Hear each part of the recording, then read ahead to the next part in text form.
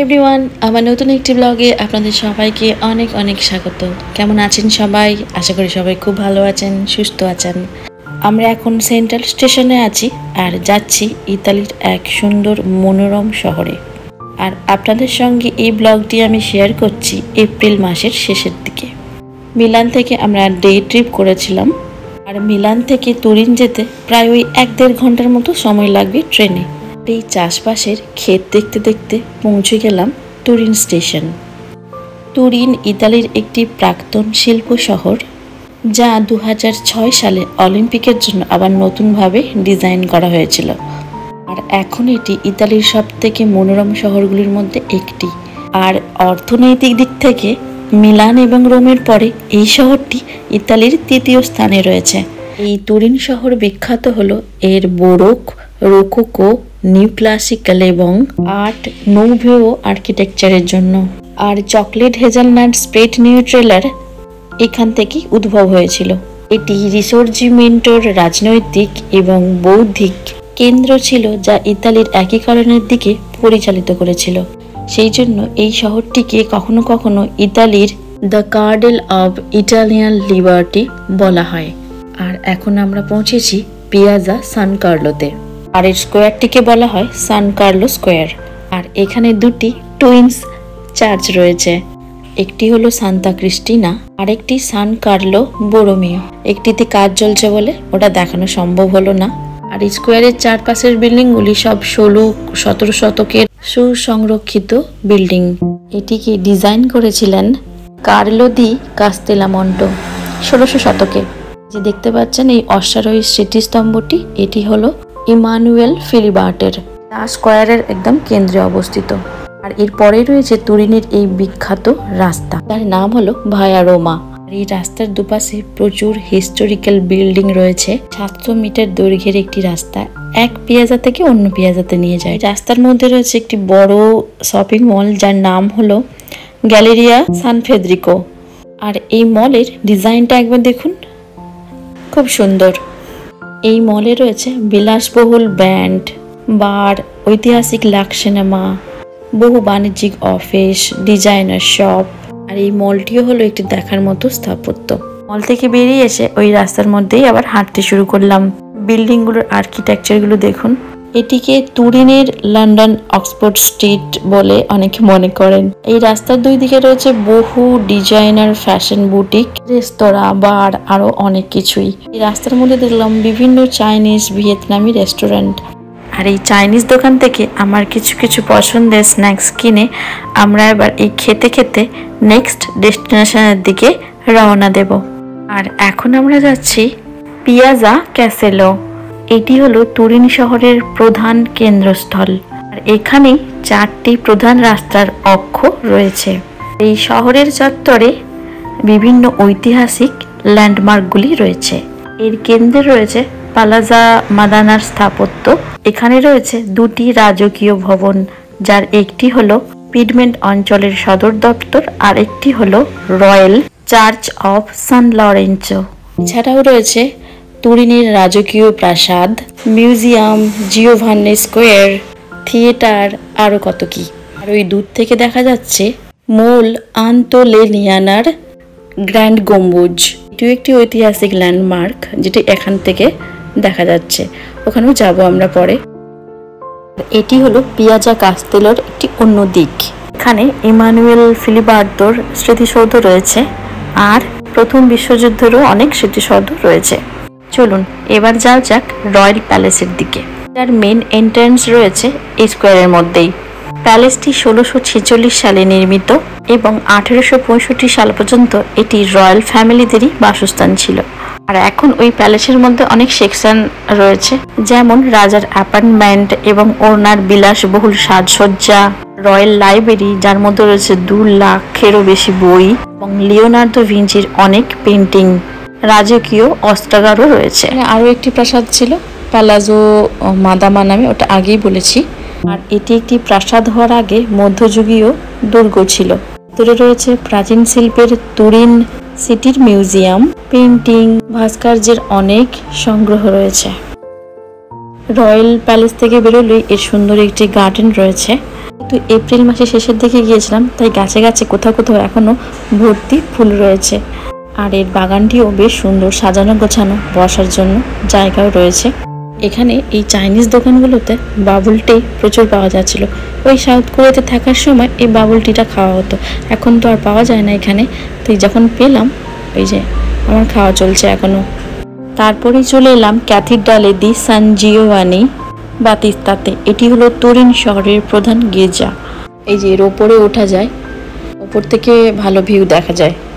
যেগুলো দূরে দূরে সেগুলোতে যাচ্ছি না, আর যেই মিউজিয়াম প্যালেস এগুলোর ভেতরে ঢুকছি না, কারণ সময় হবে না।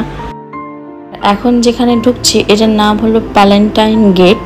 ইতালি ভাষায় এটি হলো পোর্তা প্যালেন্টিনা। এটি হলো রোমান যুগের শহরের গেট। এটি বিশ্বের অন্যতম সেরা সংরক্ষিত প্রথম শতাব্দীর রোমান গেটওয়ে। আর এটি হলো এখন প্রত্নতাত্ত্বিক পার্কের অংশ, যেটি 2006 সালে খোলা হয়েছিল। আর এটি হলো তুরিনের সবথেকে পুরানো মনুমেন্ট। ইতালির প্রায় সব জায়গায় ইতিহাসের ছড়াছড়ি, সব জায়গায় কিছু না কিছু রোমান সাম্রাজ্যের জিনিস আমরা খুঁজে পাই। এদের রাস্তাঘাটের মধ্যে যদি এরকম সুন্দর সুন্দর বাস আর ট্রামগুলো দেখি না, খুব সুন্দর লাগে দেখতে। এখন আমরা হাঁটছি সেন্টারের দিকে, মানে আরও একটি সুন্দর ল্যান্ডমার্ক রয়েছে ওটি দেখার জন্য। আমার বাবলসগুলো রয়ে গেছে, বাবলটি শেষ, বাবলসগুলো খেতে পারছি। এসে গেছি মোল আনতে নেলিয়ানা। চলুন দেখি কি রয়েছে। আর এইখানটাতে বেশ ভালো রকমের ভিড় ছিল, বিভিন্ন ধরনের জিনিসপত্রের দোকান। আর একটা ঘড়ির দোকান দেখুন, খুব সুন্দর, বিভিন্ন ধরনের জিনিসপত্রকে কেটে কেটে বানানো, কিন্তু দামটা বড্ড বেশি বলেছিল। আর এইটি একটি মনুমেন্টাল ল্যান্ডমার্ক। ইতালির স্থপতি আলেসান্দ্রো আন্তোনেলির নামে নামকরণ করা হয়েছে। এটি হলো national museum of cinema hall. আসলে তুরিন হলো ইতালির সিনেমা জগতের জন্মস্থান। এর মধ্যে প্রথম ক্যামেরা থেকে শুরু করে স্টার ওয়ার্সের গল্পের হেলমেট পর্যন্ত সমস্ত ধরনের বস্তুর স্থার্থেই সিনেমার ইতিহাসকে পুনরুদ্ধার করা হয়েছে। আর ওর মধ্যে রয়েছে একটি প্যানোরামিক লিফট, যেটিতে করে ডোমের ওপরে ওঠা যায় এবং পুরো তুরিন শহরের ভিউ দেখতে পাওয়া যায়। ওখানে বড় লাইন ছিল, তাই ভেতরে তো গেলাম না আমাদের সময়ের অভাবের জন্য। আর এখানটা দেখুন সুন্দর একটি হোমমেড জিনিসপত্র নিয়ে বাজার বসেছে। এখানে অনেক ধরনের হাতে তৈরি করা কুকিজ, জ্যাম, স্প্রেডও ছিল। আর এখান থেকে আমরা কিছু কুকিজ কিনেছি, খুব ভালো খেতে। দেখুন এখানে একটি গেট থেকে অন্য গেট পর্যন্ত এই ট্রামগুলি যাচ্ছে। এর সৌন্দর্য আলাদা। আমি অনেকক্ষণ ধরে অপেক্ষা করেছিলাম এই অরেঞ্জ কালারের ট্রামগুলি দেখার জন্য।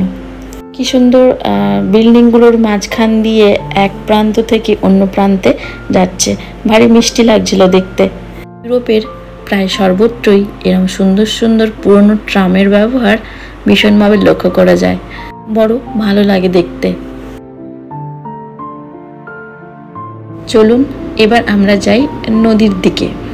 এই নদীটির নাম হলো পো নদী। আর এই যে নদীটি বয়ে চলেছে, এটি হলো ইতালির দীর্ঘতম নদী।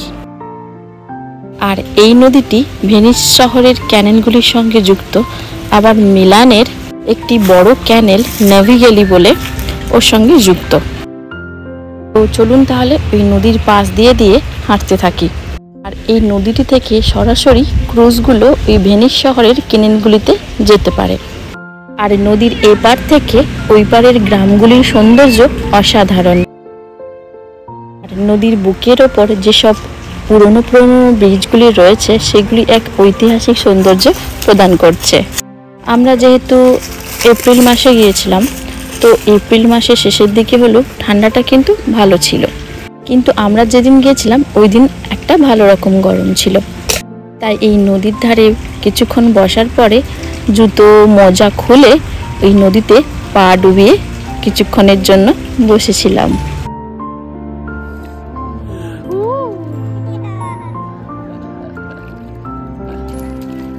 বাস বাস বাস বাস।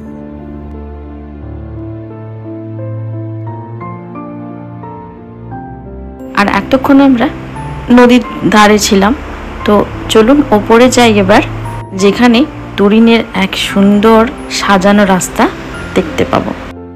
আর এই যে ওপরে রাস্তা এসে গেছি, আর এখান থেকে নদীর সৌন্দর্যটা দেখুন, অসাধারণ লাগছে। চলুন এবার দেখি রাস্তাগুলো দেখুন, অসাধারণ, গাছগুলোর ডিজাইন করা সব। আর এই রাস্তাটি একদম লম্বা দিকে এগিয়ে গেছে, আর রাস্তার দুই পাশে রয়েছে এই ডিজাইন করা গাছগুলি। যেহেতু আমরা এপ্রিলের শেষের দিকে গিয়েছিলাম, তাই এই নদীর ধারে চেরি ব্লসমের ফুলগুলো একদম ভর্তি হয়ে রয়েছে। বেশিরভাগই ফুলগুলি ছিল হালকা গোলাপি রঙের, আর সাদাও ছিল। হাঁটা পথটি ছিল নদীর ধার বরাবর, আর সঙ্গে ছিল চেরি ব্লসম ফুলের গাছগুলি। হাঁটতে হাঁটতে একদিকে নদীর সৌন্দর্য, আর এই চেরি ব্লসমের ফুলগুলিরও গাছ রয়েছে, আর সঙ্গে ওই ডিজাইন করা গাছগুলো সব মিলিয়ে এক অসাধারণ প্রকৃতির রূপ চোখে পড়েছিল। এখানে আমরা অনেকক্ষণ টাইম স্পেন্ড করেছিলাম। এখানে একটা সুন্দর পার্কও রয়েছে, আর আমরা অপেক্ষা করছিলাম আমাদের এক পুরনো বন্ধু এই তুরিন ইউনিভার্সিটিতে থাকে, ওর সঙ্গে দেখা করার জন্য।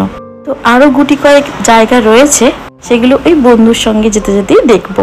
এখানে সুব্রত আমাকে বাড়ির ডিজাইনগুলো দেখাচ্ছিল। আর আমরা এখন যাচ্ছি মন্টে দে ক্যাপুচিনি বলে একটি পাহাড়ে, যেটি সমুদ্রপৃষ্ঠ থেকে প্রায় 325 মিটার উঁচু একটি পাহাড়। আর এর ওপরে রয়েছে একটি সুন্দর চার্চ, এই যে সান্তা মারিয়া বলে এই চার্চটি। এই ওপর থেকেই দেখা যাবে তুরিন শহরের সুন্দর দৃশ্য। চার্চের ভেতরটা বেশিক্ষণ টাইম স্পেন্ড করার সুযোগ আমাদের হয়নি। আর এই যে দেখুন পো নদী সহ তুরিন শহরের সুন্দর দৃশ্য। ওই যে দেখা যাচ্ছে দূর থেকে উঁচু ডোমটি মোল আন্তেলেনিয়া। আর এই তুরিন শহরের সাথে সাথে আল্পস পর্বতমালাগুলিকে দেখতে পাওয়া যাচ্ছে। আমি জানি না আপনারা কতটা দেখতে পারবেন, তবে আমি চেষ্টা করছি দেখানোর জন্য। একদম দূর থেকে দেখা যাচ্ছে ব্যাসিলিকা সুপারেগা। ওখানে যাওয়ার তো ইচ্ছে ছিল, কিন্তু আমাদের এত দেরি হয়ে গেছে ওখানে যেতে পারলাম না। 1949 সালে তুরিনের একটি ফুটবল সহ বিমান ওই ব্যাসিলিকার প্রাচীরে ধাক্কা লেগে ক্র্যাশ হয়। এটি তুরিনের আরেকটি সুন্দর জায়গা, ভিক্টোরিও ভেনেটো স্কোয়ার। চলুন আজকের ভিডিওটা আমি এখানে শেষ করছি। হচ্ছে আবার পরবর্তী নতুন একটি ব্লগে। ভিডিওটি ভালো লাগলে প্লিজ সাবস্ক্রাইব করবেন, লাইক, কমেন্ট এবং শেয়ার করতে ভুলবেন না। ফেসবুক থেকে দেখলে তাহলে প্লিজ পেজটি ফলো করে দেবেন।